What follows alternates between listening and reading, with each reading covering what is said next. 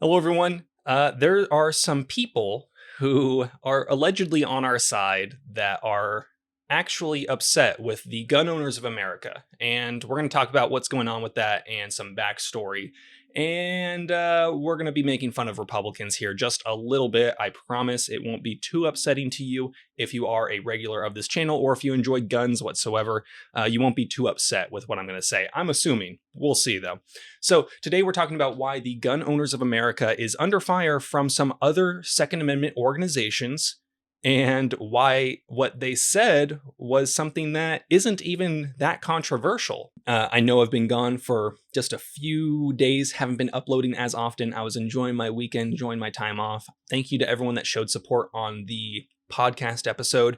I realized that the sound volume on it was set very low. I apologize. I was trying to mess with the settings. I think I messed with something so that when it uploaded, it just messed with the overall volume. I went ahead right now and actually turned off video ads for that video.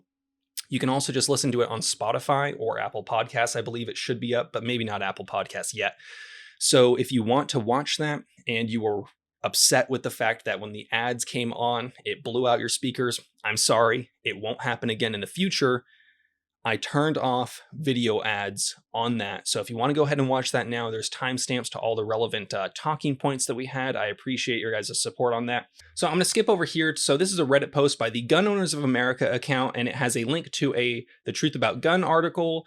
Gun Owners of America, compromise is hurting gun rights in Florida. Now, we're going to read this comment from them giving some of the backstory about the situation. So for those of you that don't know, Gun Owners of America, along with Firearms Policy Coalition, NAGR, and some other orgs are what they consider zero compromise. Now, many other organizations like the NRA are willing to work with the gun grabbers to compromise in many times. We've talked about this with the bump stock ban. When we talk about things like the original NFA and many other concealed carry restrictions, it's often been backed by Republicans and by the NRA and other larger organizations, which is why it's important for us now to be paying attention to these organizations that are actually trying to do something. So, backstory. This week, a Florida gun group launched an attack on our state director, Luis Valdez, and by extension on Gun Owners of America. This broadside was then reprinted by a national group as well as another state gun group in Florida. Now, I believe these to be Second Amendment Foundation and Florida Carry, and then also that the NRA sent it out to their Florida members, but I may be wrong on that. So if I am, feel free to comment down below and let me know. I will pin that comment. GOA has made it a practice not to speak ill of other pro-gun groups, and so I don't intend to do so here. At the same time, given the coordinated attacks by several groups, it is necessary that I respond to the false allegations because there are surely many gun owners who have read the articles and they want to hear our side of the story. So as you know, Gun Owners of America is a no-compromise group, which means they will never give a politician a pass for compromising, no matter what their party affiliation. We see this often with the NRA giving blanket A+ ratings to anyone with an R next to their name, even if they aren't actually all that pro-gun, and even if they actually shut down pro-gun bills. GOA has been critical of many Florida legislators for refusing to pass substantive pro-gun bills, and ultimately, that is why they're being attacked. One would think that suggesting there is a problem with Florida's elected Republicans would be a no-brainer. After all, Florida has a Republican supermajority, which means that Democrats have no power to stop significant pro-gun bills. If only Republicans had the will to push them. There's many states out there right now that have Republican supermajorities, and for the party that claims to be pro-gun, they still lack the ability or the desire to actually pass these laws that would restore some freedoms which have been taken from you in the form of legislation.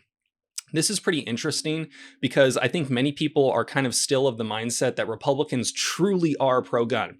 Now, they're obviously generally the better choice when it comes to gun control, and voting for Democrats is basically a guaranteed beeline shot straight to gun control city. But when you come to the Republicans who claim to be pro-gun, you have to realize that they aren't often as pro-gun as they pretend to be, and often won't actually do what could be and would very easily pass and allow you to restore some freedoms. We talk a lot on this channel, and people comment, why aren't we actually progressing? Why are we always on the defense and not on the offense? Well, in many states, the opportunity to advance forward is there, but like Florida, they don't actually make that progress. But as I will explain now, Republican politicians have been stealthily working to undermine pro gun bills.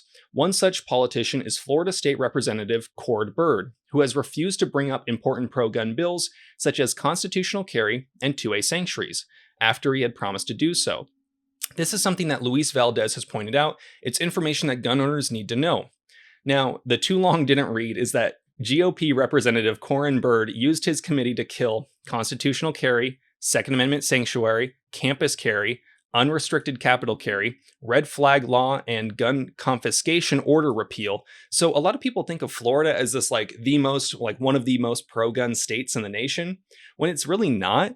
And this would be an opportunity that they do have, and it would be very easy for them to pass unopposed, but they won't. They won't actually make the progress that could happen right now. The world is an interesting place right now. We talk a lot about how we as gun owners are losing, but if you look at the trends over time, there's been a lot of progress nationwide and in many states. Even California right now, on a county by county level, is getting easier in many places to actually obtain a CCW. Should you need a CCW? No. I'm of the opinion that free people should be allowed to do as they please. However, the laws that the police do enforce make it so that you don't actually have that freedom without exposing yourself to that risk. So it would be great if we could get county sheriffs and state legislators, when the opportunities arise, to actually support the Second Amendment and your ability to lawfully protect yourself. So in Florida, when they have the ability, even though they have the supermajority and the absolute ability to pass these pro-gun bills, they're being shut down because the Republicans are actually not actually supporting pro-gun bills. I'm going to leave a link to this article down below. I know that they said that they weren't going to mention who wrote and who shared the information, but I felt like I would because that's just kind of who I am as a person. So yeah, generally, I think it's important for us to understand that Republicans and Democrats, two wings of the same bird. So will the government ever truly be on your side as a whole? No, I'm not going to say that. But we have a position where you can hold, or we could potentially hold, these legislators who are claiming to be on our side accountable. It's very clear that the Democrats want to ban guns, right? The Republicans are pretending like they don't want that and that they support your rights to keep and bear arms. So it's time to hold them accountable, especially when they have no excuse. In places like California, New York, New Jersey, or just states where it's Democrat run or not a Republican supermajority, they could potentially make the argument that it's not a good idea at a certain moment to introduce some bills because they need to be able to be reelected so that they can make that progress in the future.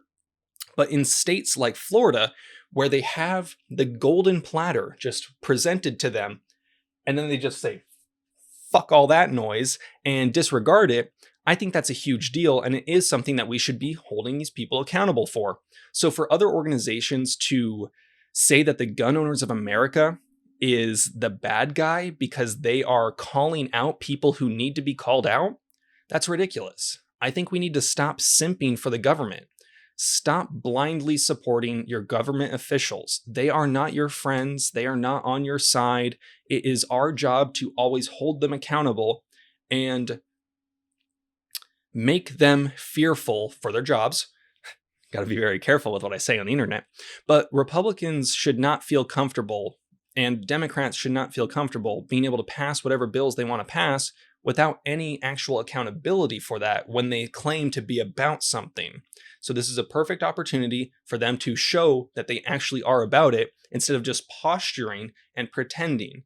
I would really appreciate seeing your guys' input on this because it's not that often that we have a drama case involving two or more gun organizations who are all allegedly fighting for the same team. So I'm interested to hear what you guys have to say about this. Let me know what you think down below. You guys know the drill. Have fun, be safe, stay dangerous. Peace.